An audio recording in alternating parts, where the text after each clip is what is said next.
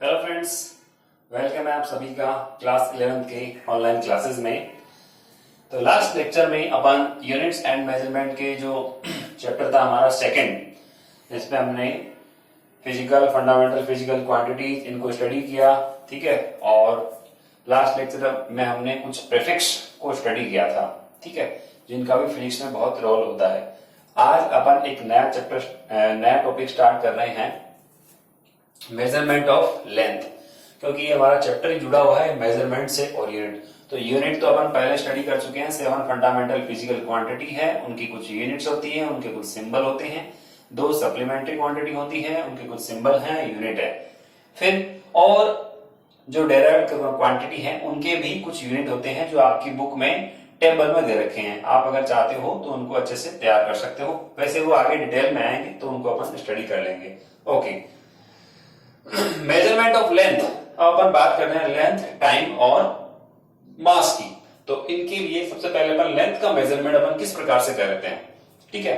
तो लेंथ का मेजर करने के लिए अपन कहते हैं 2 मेथड है, एक तो है डायरेक्ट मेथड और एक होता है इनडायरेक्ट मेथड। डायरेक्ट मेथड का मीन क्या है? अगर आपसे बोला जाए इस मार्कर की लेंथ बताइए, तो आपके पास स्केल है, आप इसको आसानी से मेजर करके बता सकते हो।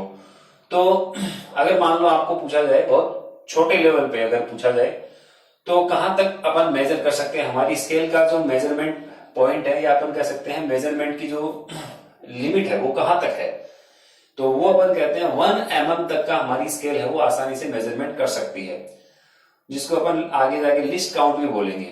कितना मिनिमम वैल्यू अपन रीड कर पाते हैं हमारी स्केल से, तो 1 mm 1 सेंटीमीटर के बीच में आपने देखा होगा, अगर मान लो यहाँ 0 लिखा है, ये 1 लिखा है, तो इसके बीच में कितनी लाइंस होती है? 10 लाइंस अपन कहते हैं।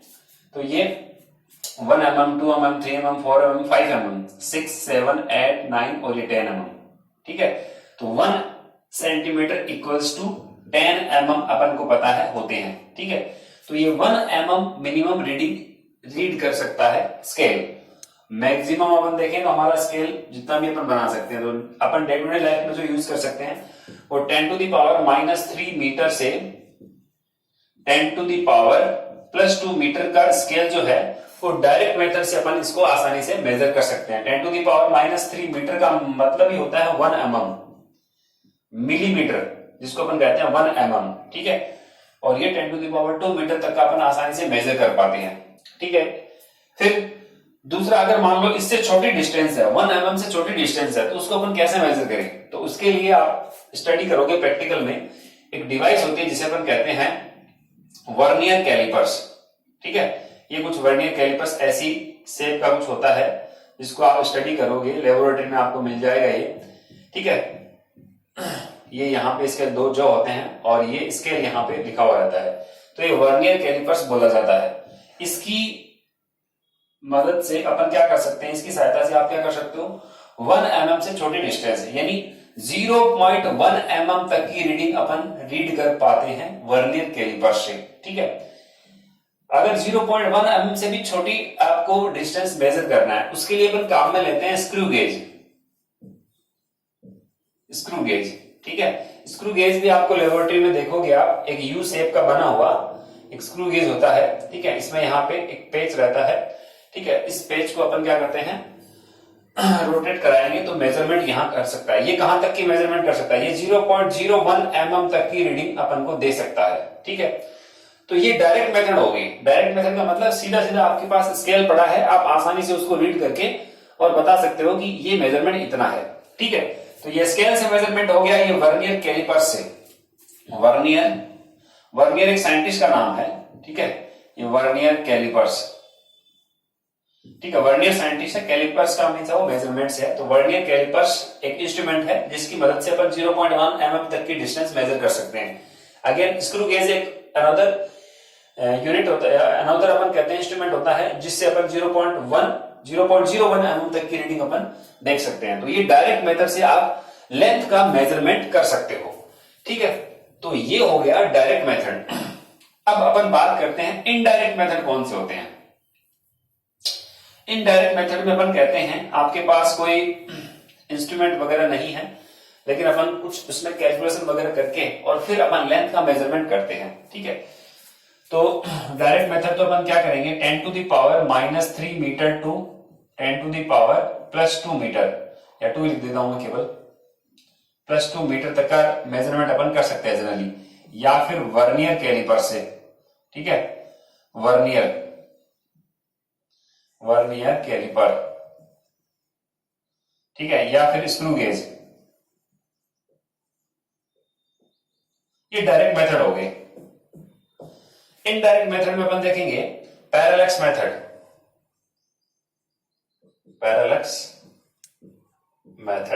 ये पैरेलक्स मेथड क्या है, अगर अपन को यहां से मून की डिस्टेंस मेजर करनी है, अपन को यहां से किसी स्टार की डिस्टेंस मेजर करनी है, यहां का मतलब अर्थ से अगर किसी स्टार की मेजरमेंट अपन को करनी है, लेंथ है, तो अपन कैसे मेजर करेंगे। ऐसा तो है नहीं आपके पास ऐसी स्केल है कि आप यहां से पकड़ोगे और स्टार तक ले जाओगे और पता कर लोगे इतने मीटर की है, नहीं, उसके लिए आपको कैलकुलेशन करनी पड़ेगी, ठीक है। तो वो कैसे अपन मेजरमेंट करेंगे उसको अपन स्टडी करेंगे। और छोटी लेंथ के लिए, जैसे मान लो एटम, इलेक्ट्रॉन, प्रोटॉन, ठीक है, मॉलिक्यूलर लेवल पे अगर अपन स्टडी करें तो उसके लिए एक अलग मेथड होगा, ओलिक एसिड की सहायता से अपन वो मेजरमेंट है वो करेंगे। तो पहले अपन पैरेलक्स मेथड देखते हैं। पैरेलक्स मेथड क्या है? पैरेलक्स मेथड मेजरमेंट है, तरीका है, एक तरह से इनडायरेक्ट मेथड है। तो पैरेलक्स का मीन क्या होता है, अगर आप इसको प्रैक्टिकल देख भी सकते हो, आपके पास सबके पास एक पेन पेंसिल होगी, आप पेन और पेंसिल को अपनी आंख के सामने रखिए, ठीक है। अब आप अपनी एक बाईं आंख को बंद करोगे, लेफ्ट आई को आप बंद करोगे, ठीक है, और इसको आप ऐसे देखोगे राइट आई से, फिर राइट आई को बंद करके लेफ्ट आई से देखते हो, तो इसकी जो पोजीशन होती है वो बैकग्राउंड के रेस्पेक्ट में डिस्प्लेस हो जाती है, थोड़ा सा शिफ्ट हो जाती है वो। ये जो बैकग्राउंड के रेस्पेक्ट में इसकी पोजीशन का शिफ्ट होना है, इसी शिफ्टिंग को अपन क्या कहते हैं, पैरेलक्स। और इस मेथड के जरिए अपन अर्थ से किसी स्टार की डिस्टेंस को मेजर कर सकते हैं, ठीक है। तो अगर मान लो अपन ये देखें कि ये हमारी आई है, सपोज यहां से अपन देखें, ये लेफ्ट आई है और ये राइट आई है, ठीक है। यहां से अपन किसी ऑब्जेक्ट को देख रहे हैं, ठीक है। अब अपन लेफ्ट से देख रहे हैं, फिर राइट आई से देख रहे हैं, तो इसकी पोजीशन में कुछ शिफ्टिंग हो रही है। तो अपन यहाँ पे कुछ एंगल वगैरह को मेजर करके और फिर पता करेंगे कैसे अपन डिस्टेंस, बड़ी बड़ी डिस्टेंस को कैसे मेजर कर लेते हैं, ठीक है। तो पैरेलक्स मेथड क्या है, तो इसकी डेफिनेशन मैंने यहां लिखी है, when the object is seen from two different position. अब देखो, टू डिफरेंट पोजीशन से किसी ऑब्जेक्ट को सीन किया गया। देखो पहली पोजीशन कौन सी है, लेफ्ट आई, दूसरी पोजीशन राइट आई, तो डिफरेंट पोजीशन होगी, इसको देखा गया है।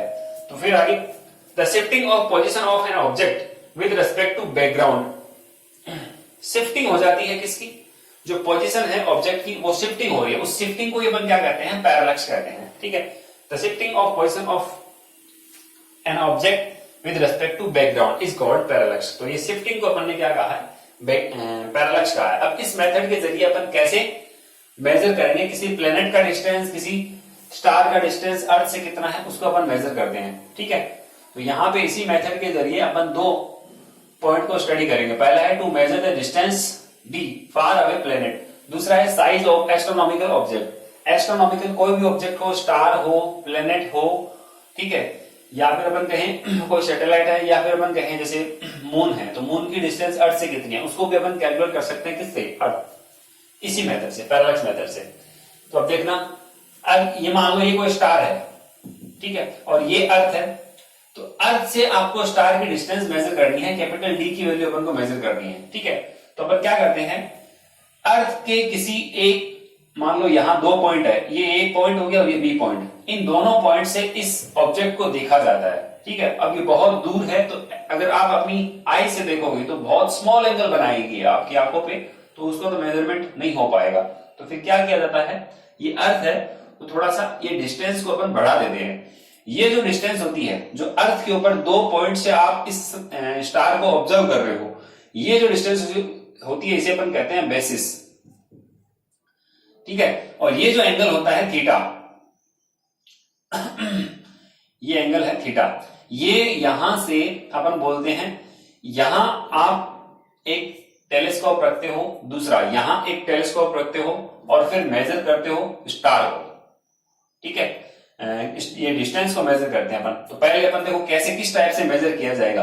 अपन ये कहते हैं ये ए पॉइंट पे हमने अपने जो हमारा एस्ट्रोनॉमिकल टेलीस्कोप है उसको रखा और फिर हमने यहाँ देखा क्या एंगल क्रिएट कर रहा है, फिर यहाँ पे इसको रखा, फिर एंगल देखा, दोनों एंगल को हमने ऐड किया है और फिर ये कंप्लीट जो एंगल आ रहा है इस एंगल को अपन नोट कर लेते हैं। ठीक है, अब अपन कहते हैं कि ये जो डिस्टेंस है ये बहुत ज्यादा है comparison to A B.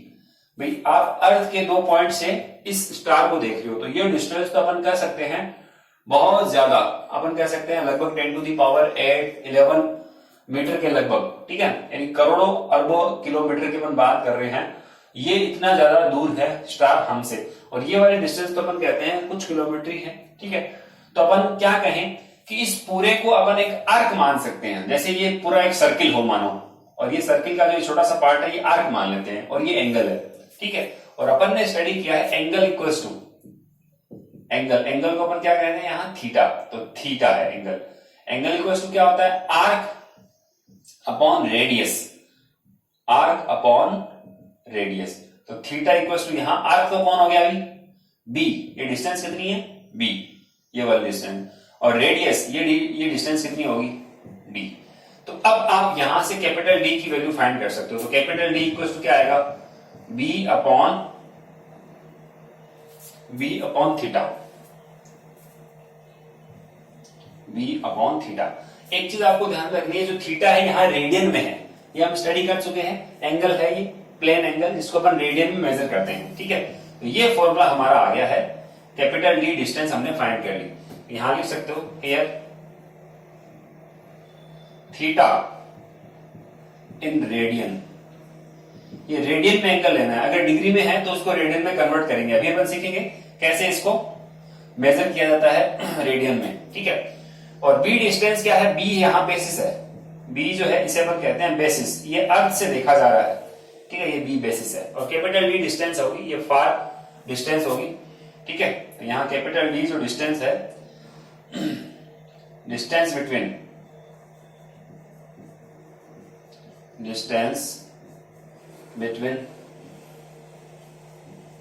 Earth and star. ठीक है, इस एग्जांपल के अकॉर्डिंग, वैसे कुछ भी ले सकते हो, प्लेनेट ले सकते हो, distance between earth and star, S for star ले लिया हमने। ठीक है, तो ये इन दोनों के बीच की डिस्टेंस है जिसको आप मेजर करने वाले थे। ठीक है, थीटा से डिवाइड करोगे तो ये फॉर्मूला हमारा बन चुका है। ओके, अब अपन इसका दूसरा एप्लीकेशन क्या है पैरेलक्स मेथड का। तो साइज ऑफ एस्ट्रोनॉमिकल ऑब्जेक्ट, अगर मान लो मून है तो उस मून का साइज कितना है इसको भी अपन मेजर कर सकते हैं। देखना कैसे मेजर करेंगे, मान लो ये मून है, ठीक है, तो अर्थ के किसी एक जगह से अपन देख रहे हैं, यहाँ एस्ट्रोनॉमिकल टेलीस्कोप हमारे पास है, ये अर्थ है, और अर्थ से अपन यहां से जो हमारी लेबोरेटरी है वहां से अपन देख रहे हैं, मान लो एक पर्टिकुलर इस प्लेस है, यहां से देखा जा रहा है इस मून के एक साइड ए को। ठीक है, वैसे तो मून है वो सर्किल फॉर्म में दिखेगा, तो ए को देखा जाएगा और फिर बी यानी इसके दूसरे साइड को देखा जाएगा। कह सकते हैं अपन जो इसका सर्कमफ्रेंस है, या अपन कहें इसका जो बिल्कुल साइड वाला है ये एरिया कॉर्नर, इसको देखा गया, इसको देखा गया, फिर इस एंगल को नोट किया गया है। ठीक है, और अपन को ये डिस्टेंस पता ही है पहले से, अपन को पता है मून, और ये मेजर कहां से किया हमने, इससे मेजर कर लिया। ठीक है, तो अब ये डिस्टेंस आप आसानी से फाइंड कर सकते हो। इसको आपने क्या कहा था, ए बी को बी कहा है ना मैं, तो ये बी कह दिया। अब बी डिस्टेंस आसानी से फाइंड की जा सकती है। ठीक है, तो ये सेम वही बात होगी जैसे हमने अभी पैरेलक्स मेथड में की है। ठीक है, तो यहां से अपन कहें ये कैपिटल डी डिस्टेंस इस बी के कंपैरिजन में क्या है, बहुत ज्यादा है, तो अपन इसको आर्क मान सकते हैं।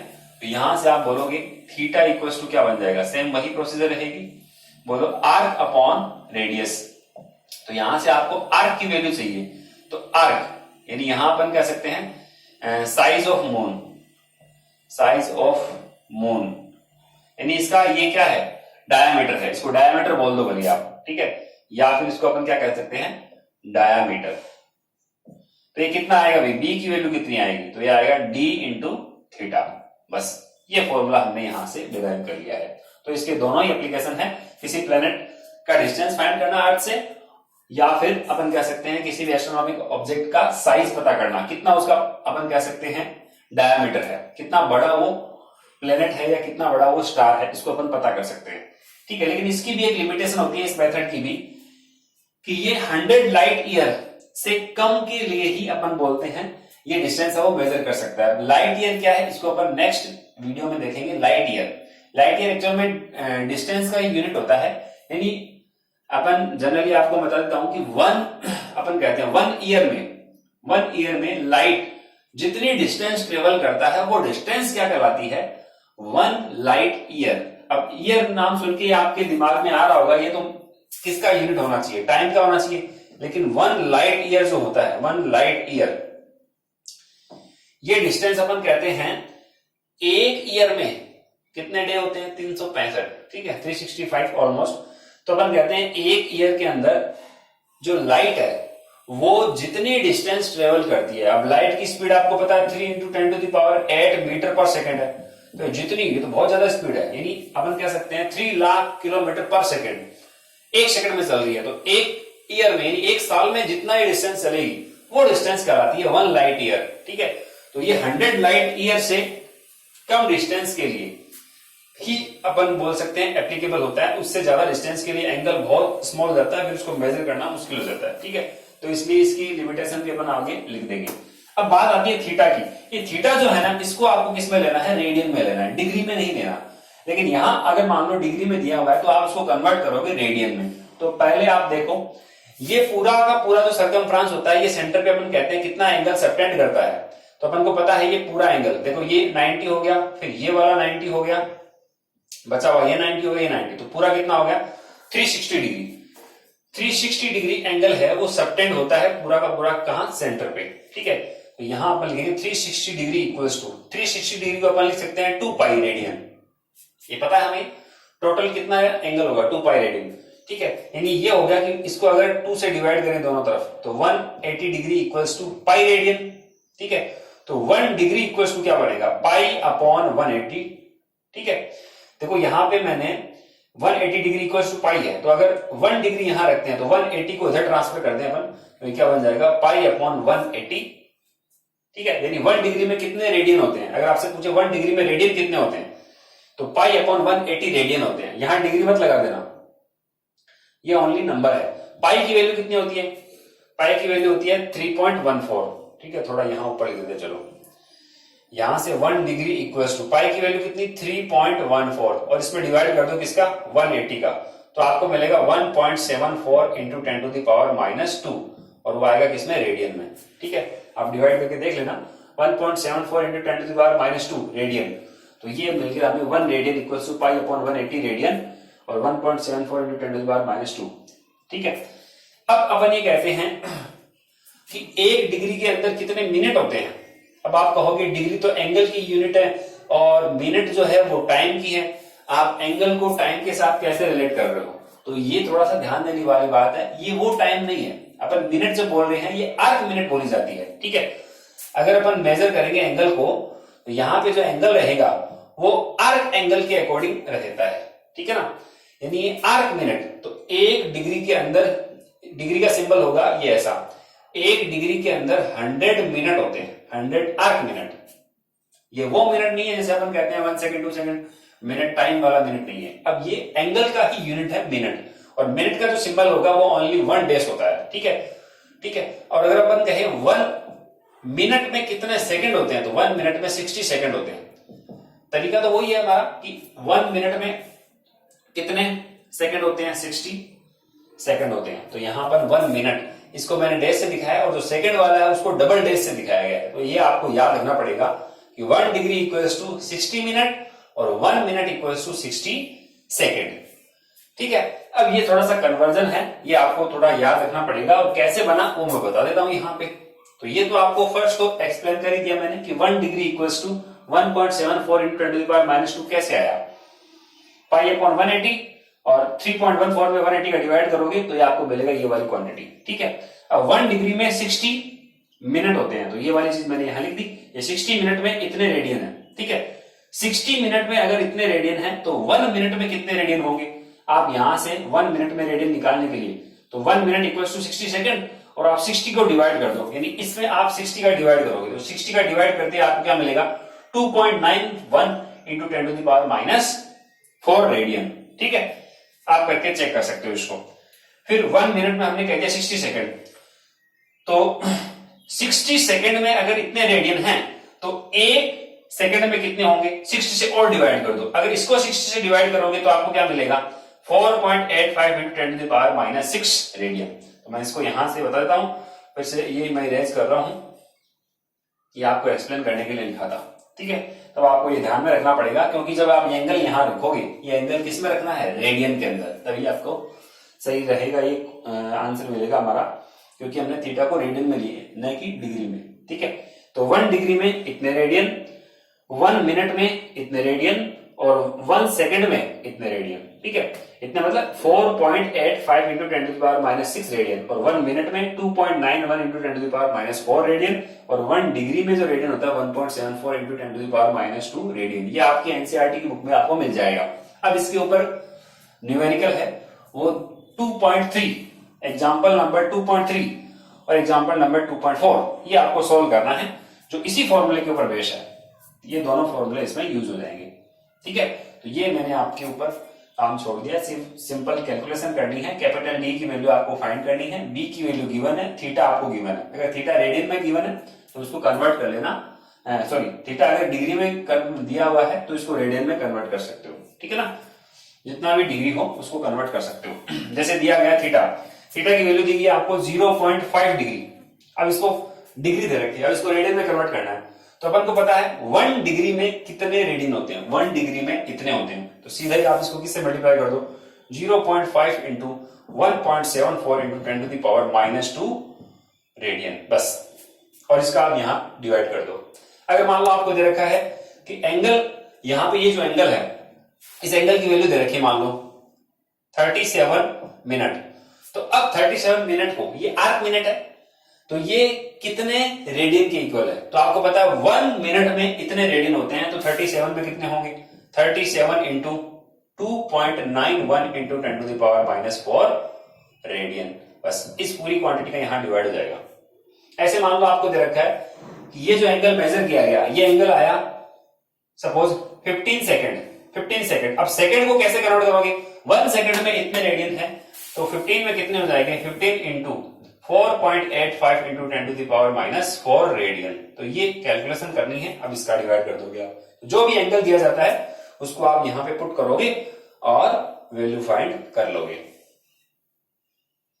ठीक है।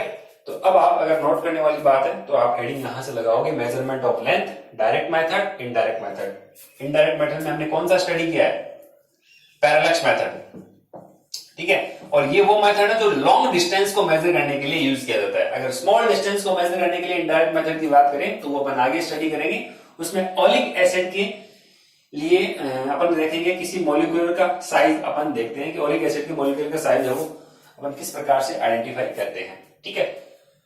तो ये फिर इसके बाद में पैरेलक्स क्या होता है, ये डेफिनेशन नोट करना। फिर इसके बाद में दो हमारा इसके दो एप्लीकेशन हो जाएंगे इस पैरेलक्स मेथड के।